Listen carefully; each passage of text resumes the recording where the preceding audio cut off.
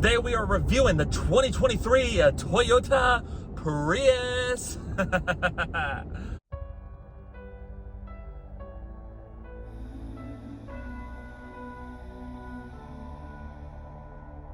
All right, guys, so before we dive into the drive, let's talk about the exterior. Now, for 2023, the Toyota Prius has gotten a new face. And as you can see, it looks a lot more aggressive on the outside. Got a very slopey design. Still kind of reminds you of a Prius. It's still got the Prius look, of course. It's got that hatchbacky look in the back. But they removed the back seat door handles to blend it in with the side. I think that's a really cool look. And then the back, you got these LED light bars that just look so mean. I mean, they really did knock it out of the park with this car. They actually delivered a really, really good looking car. I'm definitely a fan. To hop in, obviously, you can touch the back of the door handle to unlock. That's how you'll get in. Or to press the lock, you lock it like that, and then all that good stuff. Now, to get into the back, before I show you that, the door handle's right in here. It's a little button, and it's a little electronic sensor, and you push the button, and it opens as such. But anyhow, to get in the front, you just open the door, and you get to check out this wonderful new interior. And for 2023, they really did kill it. Stepping in, you can really see the changes. They really did a good job. This interior, this layout just looks amazing. Absolutely incredible. They killed it. And to close the door, you just give it a little pretty solid thunk, especially for a new car, not bad. And to start the car, there's really not much to it. I mean, you have here, I'll show you the key fob. This is your key fob for 2023. Says Prius on it. It's pretty nice. Not gonna lie, it's a good key fob, and especially coming from someone who doesn't own a key fob car that starts with a push button, this is really nice. And to start it, speaking of, you got this little button that says power, because remember, it's a hybrid, so it's not just gas, it's also electric, but you should already know that if you know the Prius. But starting it up, you put your foot on the brake. This power button at night will pulse, kind of like a heartbeat, really, really cool. And then you just start it. Just like that. And then you have this really nice LED light that comes on. That's also over here as well. Really pretty, really good quality. And you have this 12.3-inch touchscreen that just takes up the cabin and makes the cabin look so premium. And as you can see, it has Apple CarPlay. And here's the normal setting with the map and all the settings. You got music. You got, oh shit, there's my phone.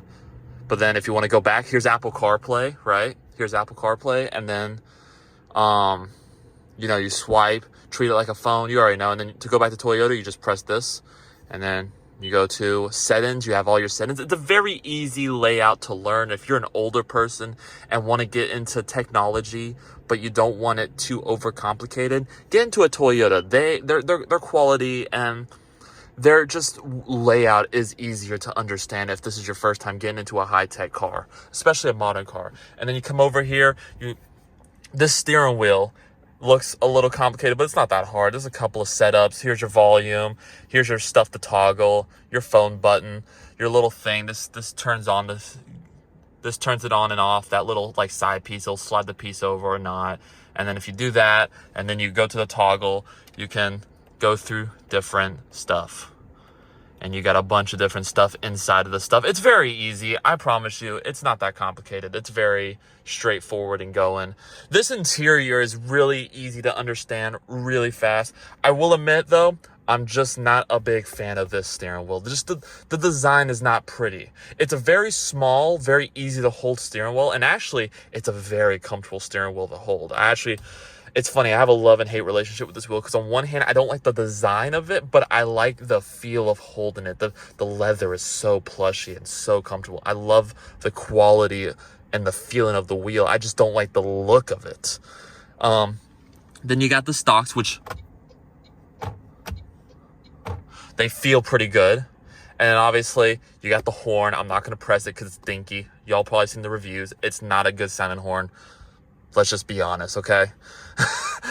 Don't clown anyone with the Prius. It's probably the one dinky thing about this car still. Everything else has been totally revamped for 2023, but I will admit, if there's one dinky thing they kept from the old Prius, it's the horn, and they need to change that ASAP. Then you have the wiper stuff. Then we come down here, you have your drive mode, and that changes what mode you're in.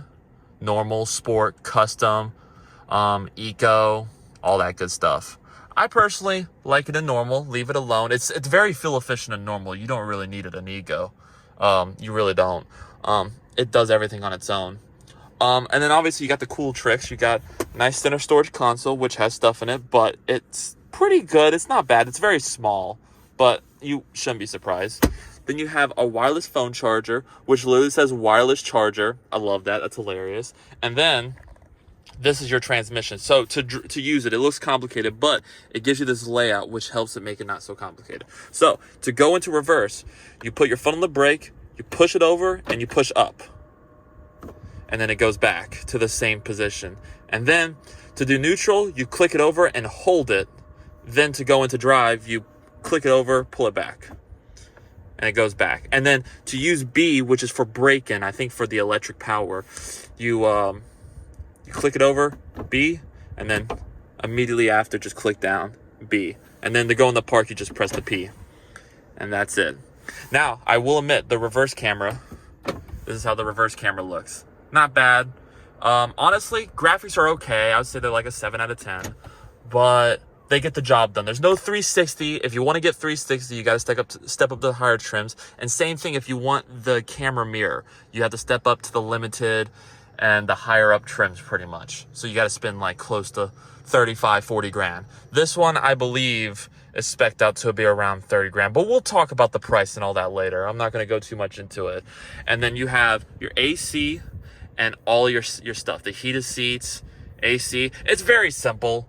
Don't overthink it. It's okay. Also, we got 2 cup holders, the keys there, my stuff, and this is a tray, by the way. And then you lift up the tray, and you have a secret compartment that literally says secret compartment in there, if you guys can see. And I put my actual car keys in there because it keeps it out of the way, and I love that. And then you got heated steering wheel, which is a nice feature. And you got a couple of other features. There's your gas can thing. So when you're filling up, you press that button, open up gas. Your window switches, they feel good, high quality, all that good stuff. Very good. Toyota knows how to make good quality stuff feel good. And I mean, overall, and then also, oh wait, the seats. Another thing to mention is the seats. These seats are so comfortable, very nice, very plush, perforated with heated seats. If you step up to the higher trims, you can get cooled seats, which is a plus. And then also you get a sunroof. One in the front, one in the back. I'll open that one up when we get to the back seats. But yeah, we do have a sunroof. They do exist. But anyhow, guys, overall, this cabin is a huge step compared to the old Prius. This cabin is a huge step up. And that goes double for the exterior. The exterior is sexy. It looks like a concept car. So I think Toyota knocked it out of the park. And I think this is what they needed to do to make the Prius clients become younger. I think with this car, and especially with this particular vehicle, I think this is gonna be the Prius that brings younger buyers into this segment. And bravo. I mean, I'm not embarrassed to drive this car, and I like driving this car, and it's a nice feeling car to drive, high quality, good looking. But with all that being said, let's hop into the back seat and let's see what it's like to sit back there. All right, so to get in the back seat, it's like I said, you press that little button in that little hidden compartment where you open the door. You push that button, it electronically opens, and then you pull it open, and then all you do is step in. And also, watch your head because the roof is very low in this car. But getting in, as you can see, you gotta duck your head. Can you fit back here? Well, I'm 6'2", and this is me sitting behind myself. If I close the door and sit back here, I will admit, it's not bad. It's pretty good. It's not bad. It's pretty good. For a compact car, I got plenty of space. I could definitely, my knees can kind of sink into the leather a bit. So it's tight, but I can do this for a little bit. Headroom, it's a bit tight. It's a bit low. Yeah, that much, and I'm 6'2". I am a taller individual, so if you are shorter than me, you're gonna be comfier back here for sure. And you got charging ports right down here, right in the center, right back here where the AC vents would be, which is another thing. There's no AC vents. Also, you do get your own sunroof, so that is kind of nice. I do wish it went further back, though. There was people complaining about that, and I kind of agree with them. It should go a little further back. But at least I have one, and I can control it myself. Now, these don't open, but it's nice to let sunlight in. And if we're being honest, most people don't even open them for the most part anyway, so who cares, right? Anyway, next thing you got is you got a center armrest, which does make the trip a lot better. You got cup holders, and as you can see, they're not bad. Definitely, and they're very soft. They're very extremely soft, so I will give that. It's a very nice quality back here, but there are hard touch plastics back here, so the quality is a little bit lower, but it's okay. People aren't going to be touching this and feeling up on your plastic, so don't worry about that. But at least you got leather where your arm's going to rest. So that's good. That's good. Like, forget this. That's fine. I think the biggest con about this back seat is there's no AC vents back here. That's a real disappointment, because that's basically means you got to hope the front two passengers will give you the AC vents so you can, you know, breathe back here and not suffocate in the heat that is Florida. I don't know what to tell you. It sucks. But before we hit the road, why don't we hop in the back and see what the trunk looks like in the Prius? All right, guys, so to get in the back of the Prius, it's very simple. The upper trim models do have an ability to where you can push a button on the key fob or click the pad underneath the trunk to automatically raise open and then push a button to automatically close it. This one doesn't have that feature. You have to step up a model. This is just the XLE, as it says right there. So all you do to open the trunk is you grab the pad down here, push it, and it'll open up automatically. And it's manual, so you got to close it yourself by pulling it down. But anyway, as you can see, I'm using it for my shopping needs and my traveling needs, and as you can see, plenty of space. Now, it is smaller. It's not very big. It's not extremely big, but you got some storage over here, down here in the corner, and honestly, it's not that bad. You do actually, no, you don't have a fix and flat, but you do get some additional storage, so it's not that bad. It's honestly pretty good, and it's honestly what you expect for cars in this segment. All right, so now the most important question is, how does this car drive? Well, before we start talking about the way this car drives, I'll give you some numbers. So this car makes 230 horsepower. I don't know the pound-feet of torque as of this recording, but that's how much pound-feet of torque it has. And I gotta say, this is not a sports car, but for a normal car like this, it does feel good.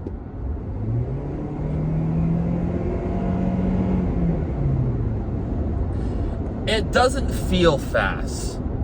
When you floor it, it doesn't feel fast, and it takes a second to get the engine rolling, because this is a 4-cylinder. It's got an electric motor, but it's still a 4-cylinder.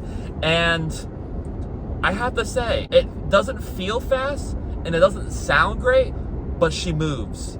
And that electric motor definitely does help, and you can tell that it helps a lot. A lot.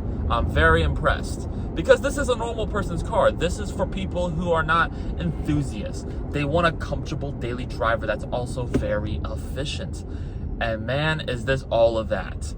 And I gotta say, from an enthusiast standpoint, it's not a fun car to drive, but I'm very enticed by it considering how good it drives. It's a very well-driven car. I don't know how the old one drives. I've never driven the old one. Never. But it's got to be better. It's got to be worse than this, because this is phenomenal. There's no way the old one drove this well.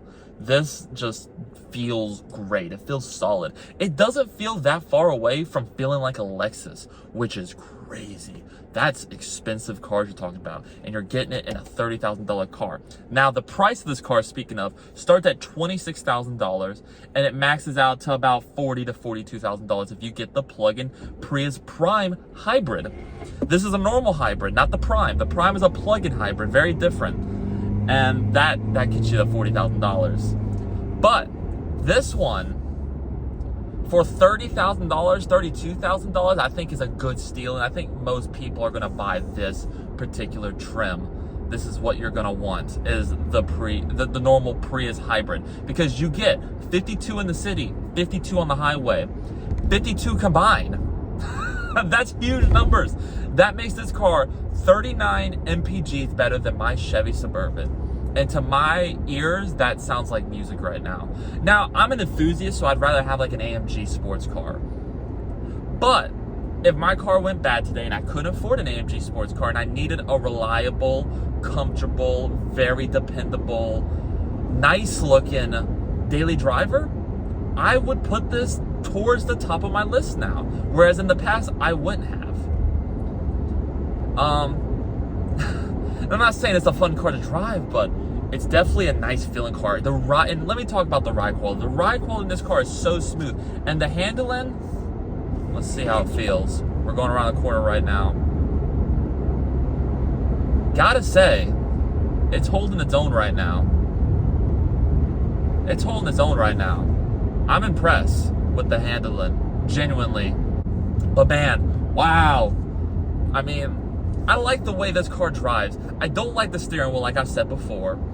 And yes, it's not a fun to drive car. It's nothing to blow your socks off. But I mean, 0 to 60 in 6.5 seconds in a Prius is impressive.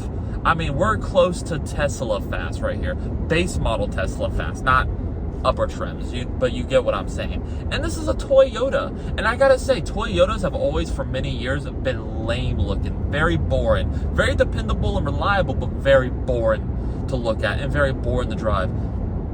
That's not this car. This car is a different breed. I love this interior. These seats are phenomenal. The steering is definitely engaging enough to, like, I'm kind of enjoying this little swoopy back road drive right now, because the steering is just so responsive. It's not no Porsche, it's not McLaren, it's not Lambo, it's not Mustang or Camaro, but it is really good for what it is. Like, I'm genuinely impressed right now. Sincerely impressed with how this car feels and how capable it is of being a dependable everyday car. And also, I can't believe I'm saying this, but I would also buy this car because of its sexy appearance. This car is sexy. It almost kind of looks concept car like I said before.